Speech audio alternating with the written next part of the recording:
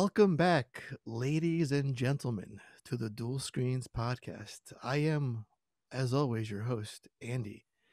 And it's kind of bittersweet for me this week. We're ending on a high note on a month-long celebration of games and love and all the sexy things in between. And I really can't imagine a better game to showcase to sort of put this whole month to a close. It's a game that's very special to me, a franchise that means a great deal to myself and my friends. So without further ado, let's jump in. Joining us this week, God, I'm so excited for this, is Sophia George, product manager on Galagan Returns, a beautifully reimagined version of the game that started it all, which is out right now on Steam and Switch. Sophia, welcome to the show. How are you doing today? I am doing wonderful, thank you. How are you doing? I am I am beyond words. Uh Before we get into the things about the game and you, I just gotta lead things off here that Galgun is a very special game to me. It is where most people gather with their friends for a game night. We do Galgun nights in, Oh. in, in my household. It was something we began more for the reaction of seeing the game itself, because it's very silly, it's very stupid, it's over the top, and it's pure fun.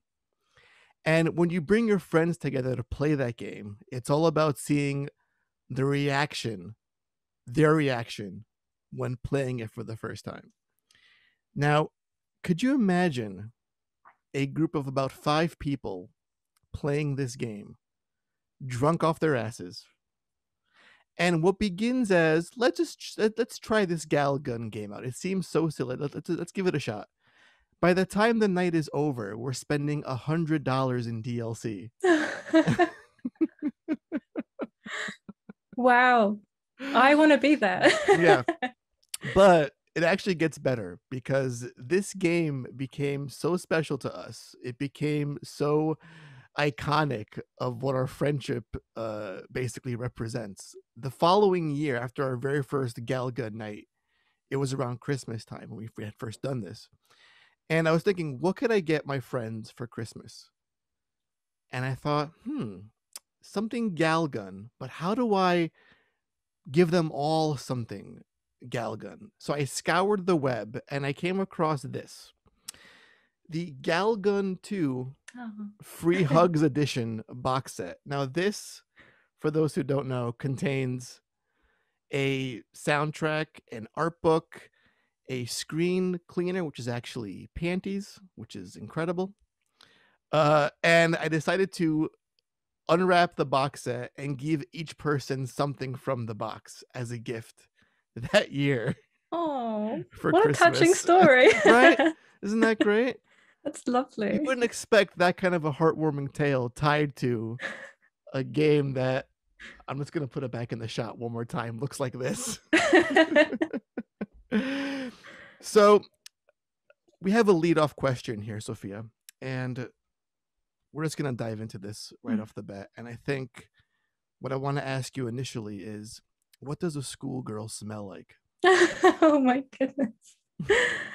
I think you're asking this question because in the Japanese version of Galagan Returns, Mhm. one of the, I think it's like an Ami Ami exclusive, is Mhm. a bookmark that smells like kaname. I have not smelt this, but I'm a little bit interested, I'm not gonna lie.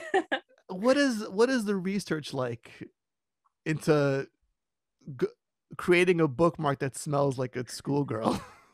I I kind of want to know and I kind of don't want to know. I'm sure it's just lovely and flowery, Right. like Yes. all of us Yes. women smell like lovely Of perfumes, course. of Of course. course. Innocent. Yes, smells of innocence. So, for those of you who don't know what Galgun is, please tell us, what is Galgun Returns? Galagan Returns is a game where you are accidentally shot with an arrow from an angel and you Mhm. become way too popular with all the girls at school. However, you just have one day to confess your love to, the one you love the most. So you can be happy forever. If not, you'll never find love again. So that is the task of the game. And it involves shooting lots of girls with pheromone shots to kind of keep them away until you find your one true love. That is poetry.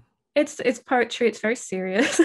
Yes. It's, you wouldn't think a game that's basically wrapped in this, anime schoolgirl sort of outer layer has such deep themes like finding true love. But here we are. It's what it's all about.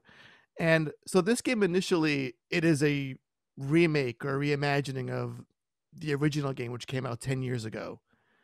What's changed between now and the original version and this new re-release of the game? So the original version of Galagan was released on the Xbox 360 in Japan only. So lots of people were very excited about playing the kind of origin story for the first time. And in this version, we've obviously updated the graphics. It's on different platforms now, and all of the DLC is included as well as a couple of new modes as well. And it's just crazy, silly fun. I can't believe 10 years have passed since this game first came out. There's going to be a point where I can date myself in Galagan years. I can say, I feel old now because Galagan is like 20 plus years old. I know. I hope there's 10 more years of Galagan. Maybe we'll talk in 10 years' time where I'm like 40. Was this always on the team's mind for the 10-year anniversary to sort of revisit the game where it all started and see where they can make it better and improve it and also bring it for the first time via you guys, of course, via P-Cube to a Western audience? Yeah, so the very first Galagan was, never intended to, or any of the Galagans, to be honest, were ever intended to go over to the West because, they thought, why would they like a game like this? It's usually very Japanese. They're so wrong about that, but go on. But I think Matt at Inti Creates really wanted. I think he threw out a tweet one day being like, "Hey, Galagan Double Peace is out in Japan today. Would you guys ever want to see it?" And people were just like, yes, please. So I think it makes sense to finally bring this version out for everyone to play. What is it about this franchise that P-Cube was drawn to that said, we want to publish this game in the States? We want to bring this experience to the Western audience. I think so. Galagan is really, really important to P-Cube. So I've not been at the company that long. Not just a couple of months, but I have been a fan of Galagan since Double Peace came out. And it is a very, we call Galagan a very P-Cube game. We are so interested in, smaller Japanese titles, more interesting Japanese titles, as well as, we're looking at a lot of indie games now as well. And we just, to be honest, to be completely honest with you, we just like to publish games that we really, really like and I find really interesting. So everything that we do is done with a lot of passion behind it. What was your first experience like with this franchise when you sat down and said, you saw what it looked like, and how fun could this really be? What is this? And then you played it for the first time. Walk us through that experience. So I believe I first saw Galagan Double Peace at a kind of London Comic Con. And I was like, because I love lewd games, as you can probably see. Right. And I was like, this looks really interesting. And I think kind of was thinking about it and I ended up getting it. And I was just like, this is really crazy, but just really fun. And I remember having a couple of my friends around too, and just all just laughing until we were crying because it's just so absurd. It's just absurd and just fun. But in the way that the localization is done is really, really funny as well. And there's the kind of heartwarming moments. And I think, there's just so many different types of games out now with crazy like games as a service, and sometimes it's nice to just sit down and play a game like this and just have like pure fun. It kind of takes you back to like how games used to be in a way. Mm-hmm. Oh yeah, definitely. I mean, it's not bogged down by a lot of modern sensibilities where you're mentioning games as a service, or just it's getting away from what the game itself is at that point. Yeah. And this is meant to evoke a very special time. I mean, I when I look at games like this, I always harken back to the early PS1 days of gaming, where things were like highly experimental, and the Mm. weirder it was, the better it did, where the technology was so new and budding, like any idea was fair game in the industry. And seeing games like this thrive and do well and have a huge audience really puts a smile on my face, because it's not generic. It's not something that's copying something else. It's really trying to be different and unique. And once you tear away all of that anime schoolgirl exterior, there's so much heart in a game Mm. like this. And again, I go back to my own nights at the house here, where it's five drunk idiots yelling pink thing at the screen, and not knowing what that little pink thing with the little wings is exactly, but it's there and you have to shoot it for some reason.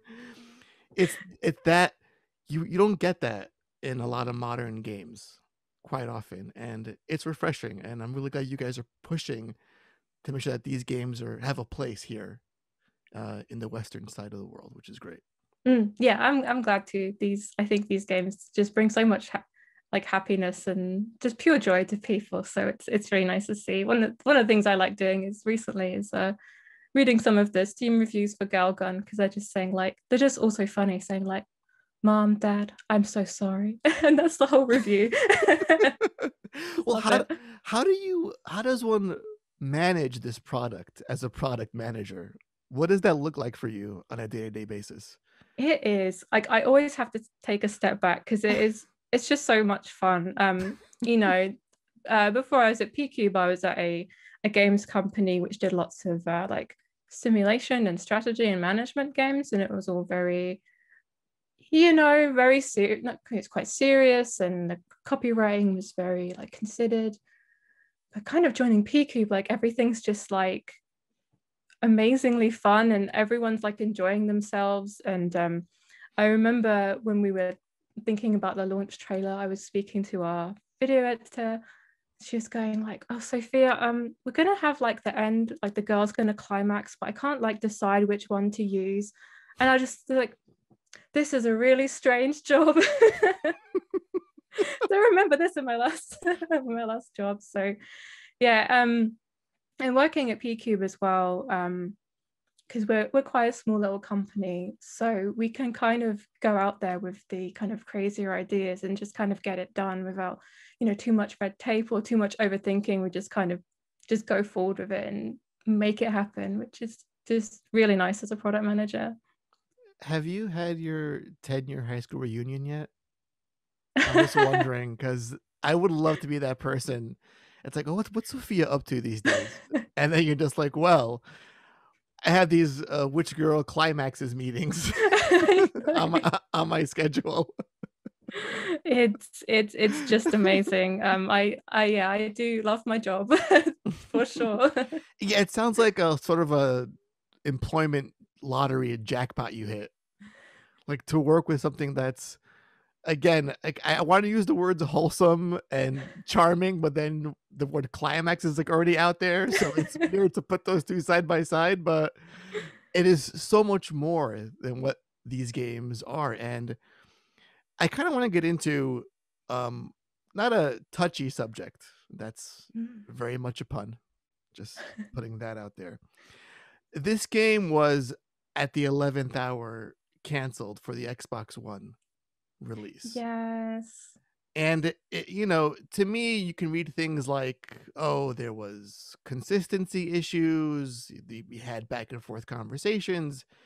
But my, old ass gamer head who's been around for a long time, my first reaction is someone didn't like what this game's messaging was, and said, we don't want this on our platform.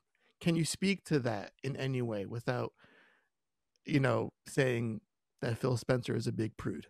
No, I mean, it's I don't honestly know the whole, story of it, that it was kind of it kind of all just happened. But I do feel very, very, very sad that it didn't come to Xbox. And I really like Xbox and Microsoft. And like, myself, I'd love to see more like Japanese games on there. So it is a complete shame, but I guess certain things just don't line up with what people want. But yeah, it is a true shame, and I feel very, very sad for people that were looking forward to it. Really, really do. Do you think developers in Japan specifically look at a move like this and sort of become a little bit more reluctant to put their games on that platform?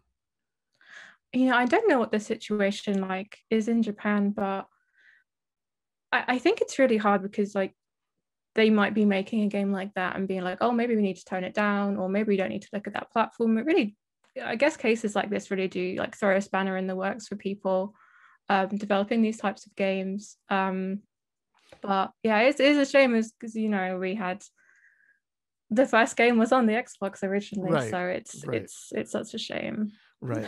And then that game also it received a patch to fix some camera issues. The But that original. right, but that was, for those of you who are familiar with that game on the original 360, that was more or less meant to hide some of the creeper camera panty shots. So, it seems like even back then they were sort of hesitant about what the game was, and then it's come back now 10 years and it's like, well, we've evolved. You put it on the Switch. Yeah, the Switch will. It's really interesting, isn't it? Like, It I think is. like back in the day, like Nintendo was the kind of like, quite worried about that kind of thing. Like I'm old enough to remember things like Mortal Kombat and the controversy around that. But now Switch is, got all kinds of crazy games on there. It's a really strange conversation to have because Nintendo goes really weird with censorship. Like there's no consistency with what they pick and choose, what they like, what they don't like. And yet here we have a game that's Nintendo is safeguarding to have on their system that they think deserves a slot on their platform. And it's to someone like me who grew up with, you were saying Mortal Kombat had all the blood censored out of it completely, or else the game wouldn't come out on the Super Nintendo. And then you have now what's perceived to be the toy or the kids gaming system isn't shy about having this game loud and proud in their eShop. It's just strange to have that conversation. It definitely is, and I wonder how things are going to develop in the future. I mean, like personally for me, like I find Galgun to be just stupid, silly, cute, fun. But I actually find playing games like some of the AAA titles that involve like quite explicit sex. Like I find them really like like pearl clutchy because it's just like it just feels so like different to me. It feels like a little bit more like as like a shock factor rather than kind of like cutesy Valentine's Day feelings that Galgun has. But right.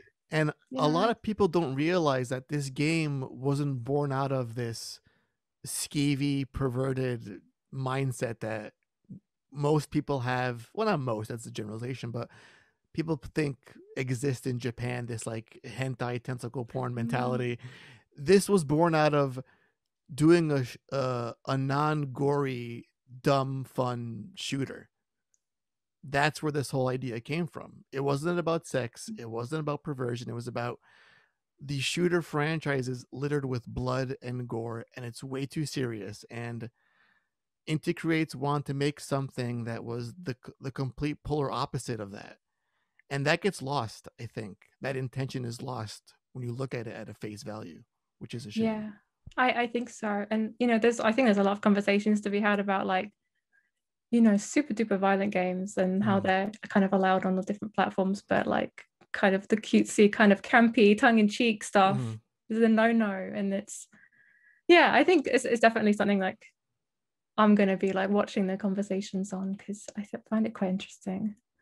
What do you think could help move that conversation forward? Like to a point where we can look at a game like Galga and not feel like we have to like cover our kids' eyes, because people would think that, and I don't personally, but I'm saying there's that initial reaction that people have, like, yeah, protect the children when they see something like this. When you see again the climaxing in the trailers and stuff like that, it's, I understand it, but I think it shows how far we need to come to move that the the dialogue about sex in gaming forward a little bit. Yeah, I agree. I don't know how we would solve it. Um, but I think kind of on a kind of cultural perspective, just not like taking these games. Maybe it's a job for like journalists and stuff, but not taking these games and think, oh, these games are just for like losers that like live in their basement with their Right, parents, the neckbeards and the basement Yeah, dwellers. exactly. Like maybe we need to be like, okay, actually, lots of different people play these types of games, and like I do, and people are always really shocked, like, oh, girls liking these types of games. I'm like, well, of course, it's like full of cute girls and things.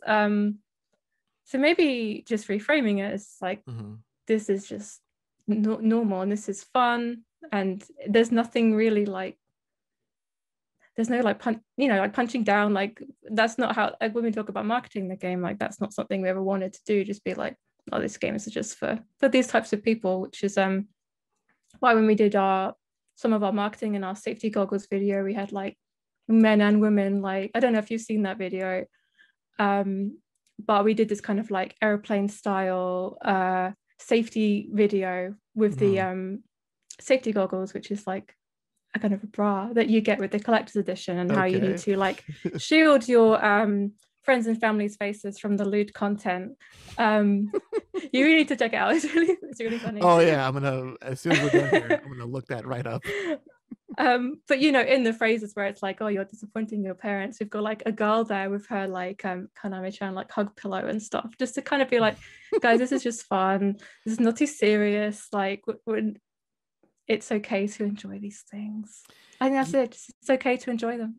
Yeah, it's really hard to even have the conversation when people throw out words like sexist when they see a game like this, and I'm like, already it's hard to even defend it, because when you have that term in the ether, it's like, well, you're trying to defend sexism. No, it's not what I'm trying to do. It's, you can't just throw out a word like that, a blanket term, and just shut down the entire conversation. I mean, I've read articles that, and people get really angry about these things. So I'm wondering, like, what is the lens you're viewing the world through? It's like, we're meant to have more fun than this.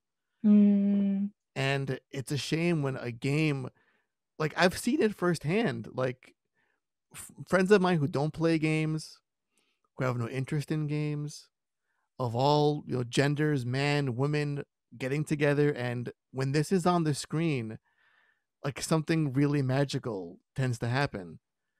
And to block that in any way by saying this is just perverted and it's sexist and it demeans women and it has schoolgirls, it's inappropriate, it's like, that is such a cop out to me. Yeah, I find it like terribly sad, kind of like looking at certain comments and things, and like reviews of the game, and in the comments people say like, oh, this game is like just for losers, this game is pathetic. And I think we need to try and not like judge each other all the time, and like I said, it's like stop punching down on each other, because everyone has different like levels of what they find acceptable, and that kind of thing. And like you said, just being like, this game is sexist is just kind of, like you said, it's like a cop out. Like, it's lazy. It's a really lazy categorization for a game like this, because it's like, if you look into it, yeah, you were gonna say, yeah, it's like, I think so too. It's I don't know if people just say it just so they can feel like they're like better than other people, and I think it's a shame. Like, discuss these things. Like, games are always changing. maybe if like every game that ever came out was Galgun, like maybe it would be a bit of Sure. a problem. Okay. Yeah. If that was all we had to offer the world was a bunch of Galagan games, that doesn't sound too bad. Now that you're saying it, but Yeah, like actually, you know what? um, That's actually, in retrospect, not a terrible idea. I can see where you're going with that. God exactly. of War, just Gal of War. Well, I Yeah. think we're at a place now where making games is becoming a games developer is a lot more accessible than it was like in the 90s and stuff. And we are getting just so many different types of games. Like, I think I was listening to your podcast and it was like, was it Boyfriend Dungeon? Yes. Like, how amazing is that? Like, it's just so different and just like nothing I would have ever come up with. And we're now just getting just games of all different types. And I think there's games for everyone, but not all games are to everyone's taste, Yeah, you for know. everyone. Yeah. I mean, when I was growing up, gaming to me was, I think, one of the most inclusive mediums ever imaginable, because it didn't care about who was holding the Mm. controller. It was just, here's a thing that someone made, play and have fun. And the technology allowed anyone to get in on that action. If you wanted to make a game, if you had the passion to make the game, you can make the game. And I've spoken to hundreds of developers at this point who, they all come from that same mindset: is we have this available to us. I want to make the game that I want to make, and I'm Mm. going to put it out there. And I don't think we should be trying to prevent games like this from being made or to shame them out of the industry. It's there's there's so much space in this medium. Gaming is a huge, huge industry. And Yeah. lewd gaming especially has a pretty large footprint that I Mm. think people need to start recognizing as a viable market in the gaming space.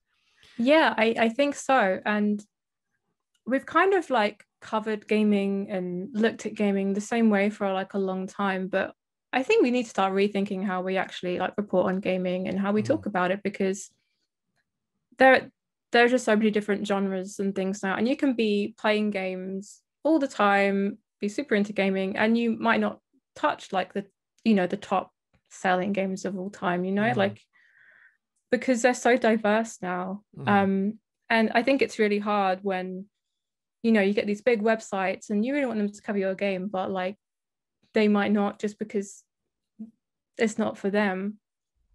And so different types of sites I think is what we need right now. And um yeah, like we think we need to start looking at games on like a more individual level, different genres, different types, rather than just all gaming is the same, because we don't look at like books and movies that way. Right, exactly. Like the other day I was watching the Nintendo Direct, like the first one in like Mm. over a year, and there was a game that they showed, that DC Superhero Girls game.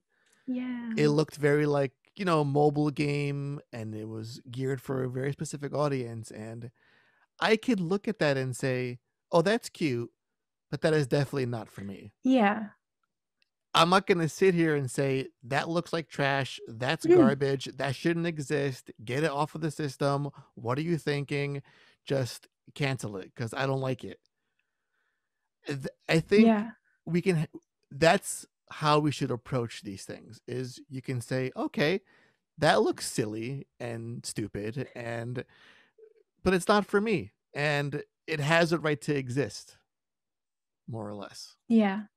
Exactly. I agree. And I think it's so hard with things like these big like game showcases now that we're having, like Nintendo Direct and like Mhm. Gamescom and things, because you can no longer please everyone with Oh yeah. with what you've got to show. Like that DC game, if that came out when I was younger, that would have been amazing. Mhm. But when I go on Twitter and it's all these like guys talking about how disappointing it was, I'm like, well, that's gonna have made someone's day somewhere seeing a game like that. Right, exactly. Like when I used to attend when E3 was still a thing, Mm. and before we were all like locked down from each other, um, and going to the EA panels and showcases, where the bulk of that is sports games. It's what they do. It's sports is a huge part of the games they create and publish.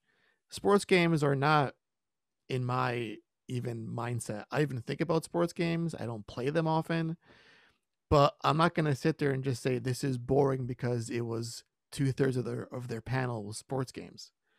When Yeah. people are cheering on FIFA and things of that nature, it's recognizing that not everything can be specifically for you. And you have to cast that wide net in things like this. Mm. And part of that wide net means catching games like Galagan and having them part of the conversation, because it's not about the perversion factor or the schoolgirls. It's just dumb. And in that, Yes. like, specifically these were made because it's so dumb. It's take the idea of a zombie coming at you in the game, but it's a schoolgirl that is in love with you and is trying to maul you, which can be scary in its own right. Yeah, I think I remember reading in an interview with Intercourse about that's literally how it came about. It was either like a games jam, or like everyone in the company could come up with ideas for games. They were like, oh, House of the Dead, but with girls. Oh, we probably shouldn't shoot them with guns because that would just be really horrible. So then they thought of a way around it, and that we've got what we've got today. So yeah, it was never about it. They're just making games and being passionate about making games, and that's what I like to see. What's the reception been like since Galagan Returns was released not too long ago? It's been a week and a day. It's been really good. We're really pleased with how it's doing, and I keep an eye on as much as I can of people talking about it, and they're really loving it. They're loving the collector's editions that we made. And I think people are just really excited to see, that original game. I was quite worried because Galgun 2, I think it came out 2018 over here. It had a lot more like features, and it had like a VR mode and stuff. Right. So Galagan Returns is obviously that first game, so there's a few things that aren't in there, but people seem to understand that and be happy with the new story and meeting the characters. More of a celebration of this year isn't anything else. Yeah. Like, and again, we should be celebrating when a game is localized for a Western market. Everyone should be jumping for joy, because when you sit down and do some actual research into how many games don't make it over into the Western audience, and it's good quality games, as a gamer, it breaks my heart that there's so many things that I will never enjoy or experience because I can't understand the language. And when someone takes the time to say this game needs a broader audience, we need to, deliver the word of Galagan overseas. It means a lot to someone like me, because again, gaming is all about all the experiences. It's about all of it, and not shutting out one particular thing. And having you guys bring that here is incredible. It's probably one of the most rewarding parts of the job.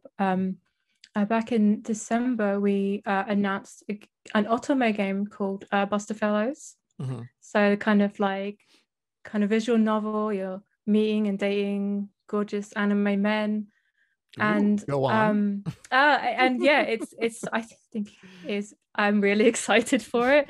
But there's not that many otome games that get localized and released in the West. And it was just so lovely to see these women just reach out and be like, oh my God, P-Cube, thank you so much. I'm definitely going to buy this. I'm going to buy 2 copies so that you can make more and more like otome games. I'm just so like, sweet. It's just the best feeling. Yeah, I mean, seeing that kind of reaction I think really makes the job for you. Because you know that you're doing the right thing when working on games like this. And if even one person is like, thank you so much for this experience that I wouldn't have had if it wasn't for you, and it validates your entire career, basically. Yeah, it's really wonderful to see. So what is next for this franchise? And we've had several games. Now Galagan Returns just came out, 10-year celebration. What is that conversation like on Intercourse side? Do they wanna? Is there a Galagan 3 on their Oh, minds? I hope so. I don't know what they've got plans. Obviously, they're not just a Galgun machine as Oh, of much as I course. wish I they were. mean, right. I mean, well, listen, I always thought that I think Inti should do two things. They should do Galgun, and they should any sort of retro NES franchise, Mm, Castlevania, Mega Man, Metroid, Contra. They should just do all of those 2D sprite games. yeah, they Just are so commission good at them for that. that. Yeah. I don't know Yes. what sort of voodoo sorcery it's like a time machine because their sprite work is just how have they not been hired for every retro game is beyond me. Like, Yeah, I think they're like I can't remember when they were founded, but are they like previous like employees of Capcom maybe? mm-hmm. So they've got a lot of talent in that studio. Yeah. But yeah, I really hope we could do more Galgun games. Because I'd like to do more silly collector's editions. And yeah, people just love it. So you How gotta give the people what they want. how do you how do you I'm trying to think how can I word this the right way?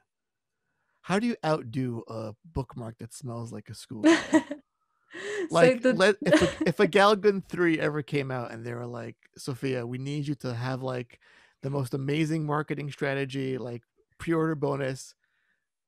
What do you do? I mean, that's the thing, right? We've done panties as screen Yeah, cleaners. We've done safety goggles, which is like a bra. right. The 10th anniversary edition for the West was really lovely because we had like pins and Mm-hmm. art books, and the art book kind of flipped over. So there's like I think it's called the Sexy Chronicles of Galgan, Mm-hmm. where there's all like the lewd artwork. I don't know. I'm kind of panicking about like how are we going to top all of this stuff? Do you Like, have any good ideas for me? I mean, at what point do you just send everyone that buys the game an actual Japanese schoolgirl? Oh my goodness. Oh my god. I mean, I'm sure it'd sell wonderfully. Right. I mean, a body pillow is the next step, I would imagine, but Yeah. that would be a lot in shipping and totally Yeah, worth it. I think people would be up for that, right? I've seen another couple of studios do. I think Idea Factory did it for Data Life. They gave you like a cover for Mm-hmm. one of those pillows, so Mm-hmm. it can be done. um, no, we're speaking before about Microsoft and the Mm. game not being on their system. What about Sony? Have they been had any interest in this, or are they just like, nope, you can just keep that on Nintendo? Is that a potential release for you guys getting it on the Um, PlayStation systems? I haven't heard anything about Mm-hmm. PlayStation, Mm-hmm. but just from like my personal point of view, I know that there's been issues with PlayStation and like Senran and Kagura games. Right. So maybe they're moving away from those types of games. But I don't know for sure. We It will wait and see. That's a shame because could you imagine a game like Galgun with the PS5 DualSense controller? Yes, that would be really great, wouldn't it? I think you should go back to Inti and say, listen, you do a Galgun 3, but just like dive into the PS5 hardware, the controller especially, and innovate. Like, make me feel like I'm being chased by a schoolgirl. Make me feel the love in each pheromone shot. Gosh, can you imagine like the motion controls, the Uh-huh. VR headset? Right. People wouldn't leave their houses. No. Making a mistake, Oh, Sony. Don't move goodness. away. You should be moving forward. Moving towards is what you should be doing. Oh. Oh my god. All right, Sophia. That's a lot of sexy talk. A lot of Galgun talk. I could go on about this game and censorship and all that fun stuff for another 5 hours, I imagine. But this is the time when we do a little deep dive Oh, about you. about me. Okay. What makes you tick? What makes you tick? Oh yes, listeners, it is time for rapid rapid fire questions. Oh boy. Are you ready for this action? I think so. You think so? Don't worry. It's not too scary. It's gonna be fine. Yeah, sure. So the first question we usually ask in this segment is a very simple one. Mm, Pineapple on pizza, yes or no? yes. Mm, I like pineapple on pizza, mhm. but I don't like pineapple in general. So I'll only eat pineapple if it's on Oh, a pizza. interesting. See, that's me and raisins. I love Raisin Oh, Bran, but I don't like raisins on their own. yeah. And I I'm think glad you understand. and I think raisinets are the devil's candy. Why would you waste good chocolate on a freaking wrinkly old raisin? Not for me. Moving on. Would you rather have the power of flight or invisibility? Mm, probably flight. Mm. Because UK we're like an island, so Mm-hmm. maybe I could dash around. Mm-hmm. Mm-hmm. Quite like that idea. Interesting. What is something that you are terrible at, but you wish you could do better? Oh, I'm terrible at singing, but it'd Mm. be really nice to be good at singing, I Mm. think. I'm bad at being a good human being. Okay. I'm sure when that's when you're getting dressed for the day, when mm, you're, about to head out, thinking about how I can do a full body pillow of a Galgun girl for mm. Galgun 3, and you're getting dressed and you're getting dressed and you're putting on your socks and your shoes. Is it Mm. sock shoe shoe or sock shoe sock shoe? Sock, shoe, shoe. Yes, because anything other than that would be psychotic behavior. Yeah, because I put my socks on in the bedroom and then my shoes are downstairs. Mm-hmm. So, Mm-hmm. Do you ever wear your socks to sleep and then it's like, oh, they're already there when you wake up the next day? oh my goodness. Which is a good segue. Is it okay to sleep with socks on? Um, I guess if you're in a really cold country, Mm-hmm. then that might be quite appreciated, Mm-hmm. Mm-hmm. extra warmth.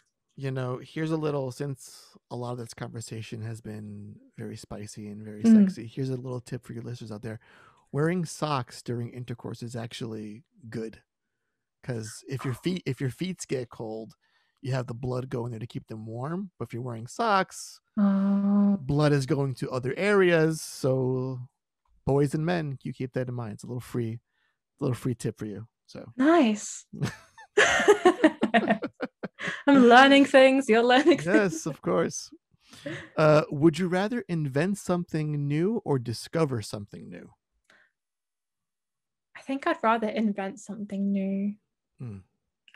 I feel like new discoveries might be like bad ones. Do you know Mm. what I mean? Like Yeah. a new type of horrible monster or something like that. Right. Like I discovered some eldritch horror, like just in my closet. You should all come check it out. When you're out and about with your friends and you're celebrating the release of Galagan Returns on Steam and Switch out right now. That's a Mm. plug right there. And you're having too much to drink and you're Mm. getting giddy. What word best describes you when you've had a little bit too much to drink? Oh gosh. I guess like innocent. I get very Oh. like, I don't know. A lot of my friends, like, there was a time where I got quite drunk and I was at a buffet Mm-hmm. and I had a little plate of jelly and I dropped it on the floor. And I just went up to everyone and said, oh, I dropped my jelly. And that's all I heard for months was just like, Sophia dropped her jelly. So I think if there's a phrase to describe me, it's probably dropped my jelly. Oh my god. If you were asked to be a part of the next Galgun game, not as an actual girl, like development, like we want Oh. you. I mean, if you wanted to, sure. I mean, I don't want to objectify you, Sophia, and say like get her hotness in the game. Yes. But if you were part of development and they asked you, what new feature would you want in the next Galagan? What would that feature be? I would like to play as one of the angels, like in heaven. Oh, okay. I think that would be really cool. How would So that work? rather than like a school, maybe it's like, I don't know, whether like heaven would look like. So clouds and it's like an angel school, maybe. I think that would be really funny. That is really wild. I would love to see that. See, this is why you gotta, send those emails out, Sophia, and just be like, guys, I was on this podcast and we talked about certain things, and we're gonna do Galagan 3, and I'm in charge. So I'm in charge. There'll be yes, enough body pillows. yes, I'm gonna voice one of the girls. yes. I am one of the girls. I'm doing the voice, body pillows, and we're doing it in heaven. Yes. That's what we're gonna do. Would you rather have your skin color change based on your emotions, or would you rather have tattoos appear on your body depicting what you did the day before?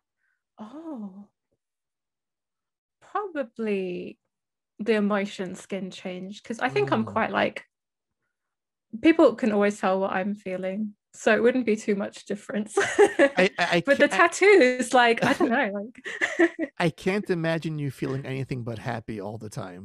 Okay. If someone had your job, it's like you have no excuse to be angry at anything or anyone. Yes, that is true.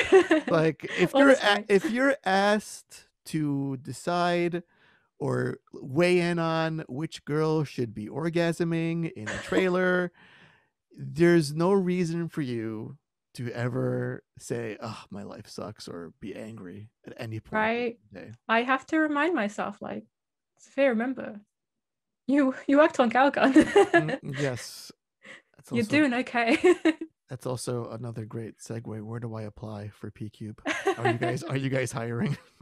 I actually think we might be. All right, pcube.co.uk. that's more like an offline conversation. We'll circle back to that later. Would you rather have one real get out of jail free card? So any crime you commit, whatever it may be, you won't do the time.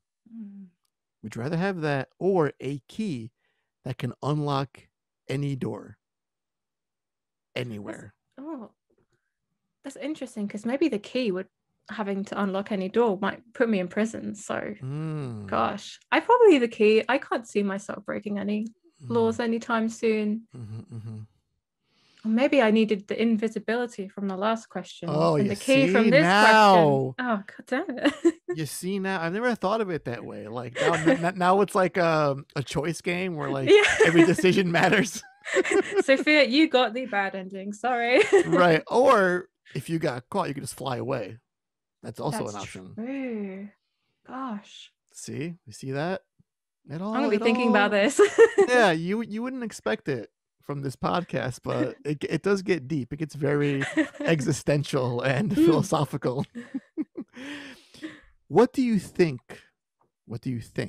people notice the most about you? Oh, I'm not sure. I'm quite shy. Maybe that.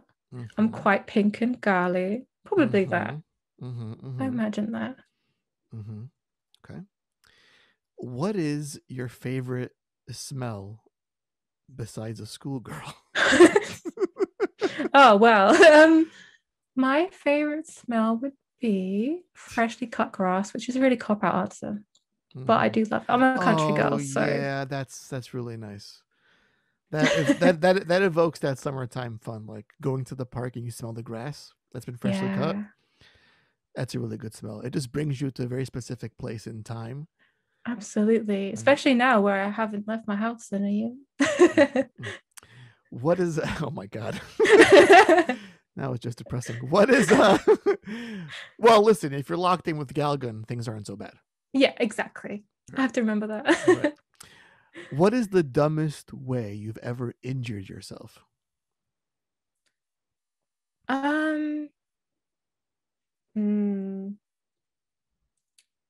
I can't. The only one I can think of is that I was at a convention once and I went down to look at something and smacked my head on a TV, and then had to go back to my hotel to just not be dizzy while everyone else was having like an after party. So that wasn't dumb as an accident, but I felt pretty dumb at the time and sad that I was missing out on a party. I've told listeners the time when I very recently cut my thumb with the potato peeler, but I just thought of one from like years ago. I was in a GameStop and I forget what trailer was on the screen. It was on my left, and I was looking at it while walking out of the GameStop, and I turned just to smack into the glass door. Oh yeah, very, very hard. oh. So I shook it off and I pulled the door open. I was like, shit, I hope no one saw me do that because that's really dumb.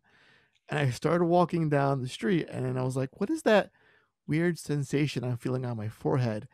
And I was just gushing blood. And I was like, okay, I gotta find a Starbucks, gotta find a Wendy's, get some napkins, and clean myself up. Because just walk into Starbucks and like blood all over. Now there's like evidence of how dumb you are.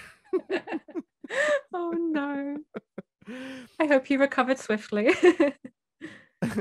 Yeah, well, the scars still run deep. I'm still a big idiot, so I don't know what I've the emotional pain. from. Yeah, it's all still there.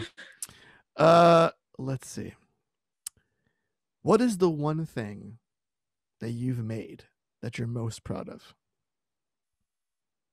Oh, I think so. I used to be like a little indie developer for a very short amount of time. Oh wow, okay, interesting. And I did a residency at a museum in the UK called the Victoria and Albert Museum, and I made a very, very short game based on a Victorian wallpaper pattern design from an artist called William Morris. And I made that. It was just so different. It was a free game. It's called Strawberry Thief. And I was so happy with that because I had an 80-year-old woman email me and say, your game Strawberry Thief is the first digital game I've ever played. And I was just like, that is so nice. Please play Galagan.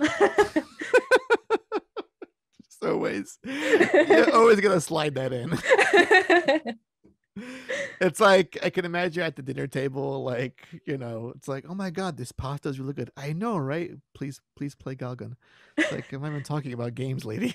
It's like, I know, but just please play it.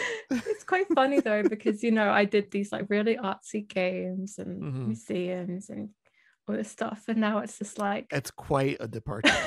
Yes.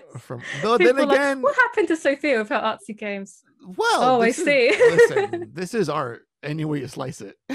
That is true. I think all games are art. This is true. This is very, very true. It's a quick tangent. Would you want to get back into game development at some point later down in your career, or just you think this is on the publisher side of things where is a better fit for you? I would, yeah. Maybe just like small games in my my spare time, out for free kind of thing. Like I'm not interested in like huge game projects and stuff. Because games take a long time to make. Yeah, they do. You get pretty sick of them. Yeah. Oh boy. What fictional character do you most relate to? Oh, fictional character. I can only think of anime characters because I'm such a weeb. Okay, I think I quite relate to Hibari from Senran Kagura just because she's tries to be really happy but has a lot of misfortune and is clumsy and that kind of thing, but always does her best, kind of blindly. So are we gonna see any more of those games? I mean, the last one I got was the volleyball one, that beach volleyball one. Oh, I hope so. Those are good. Those games are ridiculous, and again, I love them so much. Yeah, I think there was one announced, but it was like a Sony exclusive. And then we never heard from it again. So interesting. Okay. Please. What would the title of your memoir be? Oh, Galagan Returns. No, on Steam and Switch. No, okay. Gal's boobs and panties, the Sophia Oh, George that's story. great. That's great. Yes, it would be that. Oh um Lord. if this is a very Galagan specific question, but if Pantsu Paradise was an actual place, what would it look like? My gosh. I can just imagine it like raining pants, raining pantsuit, all different colors, and maybe it'd smell like that bookmark. Right. Yes, yes, yes. Pink, blue skies, You know, I really paradise. listen. I have to ask you right now. Can I get my hands on that bookmark in some way? I need to do some sort of unboxing and some sort of live smell test because I just need to know. This is more for research. I don't do the whole like as a gay man thing often, but I don't smell a lot of girls Of because course. they're yucky to me. Yeah, I love it. I love these games, so I think just so I can satisfy that curiosity, I need to get my hands on this bookmark to see what a schoolgirl I need smells to get like. my hands on it Good. too. All Like, right. Get on that. I'm interested. You see now once the second Does you this do smell like me? the second you do that, I think that's going to replace your most proudest moment in your life. Yes. Enabling me to smell that bookmark will be your proudest moment. Just think about it. Oh my goodness. Yes. In what way would you like to become famous? Oh, I never really thought about being famous before. Um, Mm. when I was in game development, I thought it might be, or maybe I'll become a famous game developer. But if I do, I would want to be for something nice, like encouraging more women to get into games, the games industry, and that kind of thing. And just making people happy with publishing games. You know, it's funny you mentioned that because so this entire month has been all about love and sex and relationships and those kind of things in gaming for all month of Feb. And I don't when I source guests, I don't think about who is making the game. Is it a man? Is it a woman? Is it whatever? It's just the game looks cool. I'm gonna reach out to whatever that email is and say, hey, come on the show. This entire month, 3 out of the 4 guests have been women on this show. Oh, amazing. And the one that wasn't a woman, it was a company run by a woman. So it's funny how when I specifically look to games about love and sex and relationships, it's a lot of women that are leading the charge in those ways. And it brings me back to Bayonetta, where you can look at her and you think, man, some horny guy designed her. Nope, that was a lady did that. Yeah. Did that sexy piece of gaming girl action, and it just dispels a lot of the myths around who's making these games, who are they for. I'm pretty sure that a large audience loves Galgan that's female. Yeah, that's the thing. I think we're always quite worried, like, well, women are going to think of this, but women like sexy things. Like, I don't know if this is like big news to anyone, but yeah, it shouldn't be. Like growing up, I had like Britney Spears, Christina Aguilera, Beyonce. Right. Loved them because they're sexy. Right. And then before that, for older women, like people like Madonna were a thing, like these sex icons. And there was the idea of being sexy was always a power symbol for me. And I had this talk a few weeks back with the one of the marketing folks from Nataku, which is like it's a lewd gaming platform. And somehow we kind of got away from the idea that being sexy instilled confidence and strength. And it was like, at some point it changed to you're objectifying her and you shouldn't be doing that. And it's like, well, it sounds like a you problem, I think. Yeah, because like sex is the thing that is, well, we wouldn't be here if there was no sex going on, right? And yeah, and like, because I like to think I'm like very feminist and stuff, but when I see sexy ladies, I'm just like, nice, this is amazing, she's feeling it. And when people are like, oh, put that away, I'm like, hang on, like, I'll put you away. yeah, like, I like, what's wrong with women's bodies? We have a long way to go. We do. We really do. What is something that you know isn't real, but you want very badly to exist? Oh, do we know? Isn't real. I would very much like the panty paradise to be real. I cannot keep going back to that. You know why I love that answer, Sophia, is because you did that with not only yourself in mind, you did it for the better of the world. Yes, the world would be a better place. I would have gone a more selfish route with my answer, which I probably can't say on this podcast. It's way too lewd. You've given me an idea for, like, yes. you get those like escape rooms that used to be popular before the bad times. We should do like a Galagan escape room. Yeah, with the announcement of the Super Nintendo Land, I think there's room in this world for some sort of Galagan theme park. Yes. So, or at least an Absolutely. escape room, like you were saying. What question do you most hate being asked? I don't like being asked, like, what's it like to be a woman in the games industry? Oh my You're like, God. damn, that was my next question. Yeah, no, see, that's the one thing I try to steer away from, because I don't ask the men on the show what's like being a man in the industry. It's like, what the fuck does that mean?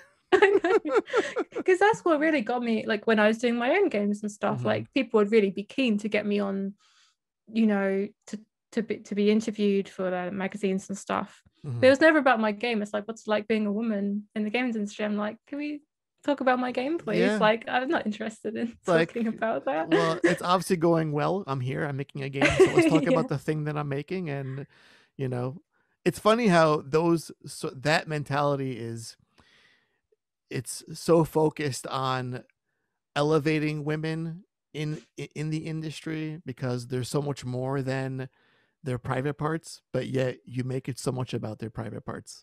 Yeah, that's it. I kind of get where it's coming from. Like, yeah. We want to, like, for you to talk about, being a woman in the game industry, but like, even by asking that question, it's kind of making me feel like I don't belong here. So right, it's like a weird thing. You see, it's also trying to maybe get that kind of answer from you, like, oh, it's so hard.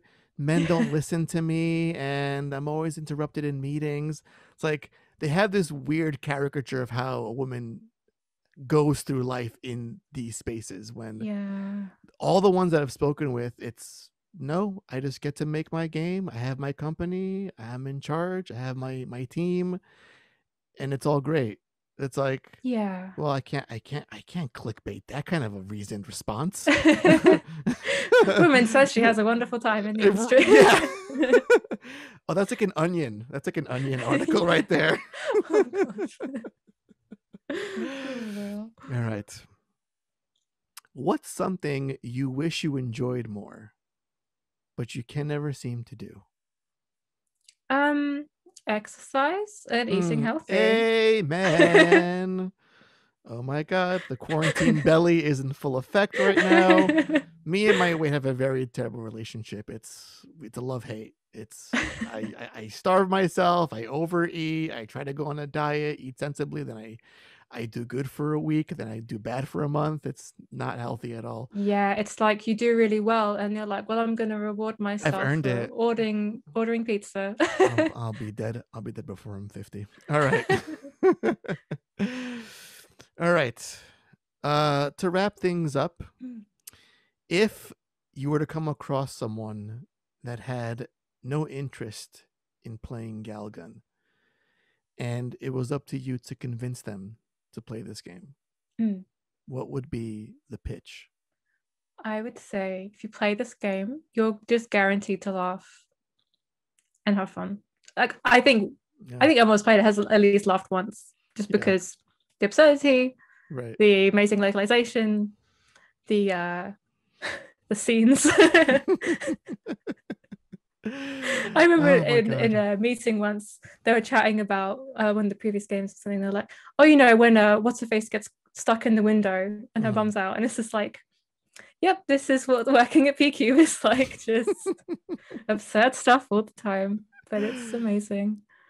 That's fantastic. Well, Sophia, it's been a lot of fun talking to you. I mean, this has been incredible learning about you, learning about the game. And thank you for putting this game on the Switch that I can now enjoy it anywhere I go, any Yes. part of the house. And hopefully when I go back to the office on the commute, because I would love to play this on the train and have someone kind of Yes. peek over and be like, what's going on over there? This pornographic materials on the subway. Put it away, sir. Before we say goodbye, Sophia, where can we follow all things P-Cube, Inti Creates, Galagan? Give us all the social media marketing spiel. Go for it. Oh gosh, I am not good at this. But there's pcube.co.uk. We've got at pcube games is most of our social media handles as well. Indie Creates actually has a English and Japanese Twitter feed to follow too, so definitely check them out because they've got some cool releases coming up. And yeah, P-Cube has some really interesting stuff coming up this year, so please keep an eye on us. We've got crazy games, amazing games, things that you wouldn't expect, so it's a really exciting year. Yeah, I think that about sums up Galagan. It's something that you don't expect, but it's something so magical. All right, listeners. Thank you so much for joining us on this month-long journey of love, sex, and gaming. And it's been a blast. I hate to end it, but this has been an amazing way to end the month. And Sophia, thank you so much for joining us this week. It's been incredible. And Galgan out right now on Switch and Steam. Get on it. It'll change your life. So with that, listeners, be safe. Be a little bit sexy. Be daring in your game choices. Have a little fun. And I think I coined this phrase a few weeks back. Open your buttholes to new ideas. Because that's what life's all about. New ideas and new experiences. All right, that's all for this week, listeners. Sophia, thank you so much. Thank you. And as always, please be excellent to each other.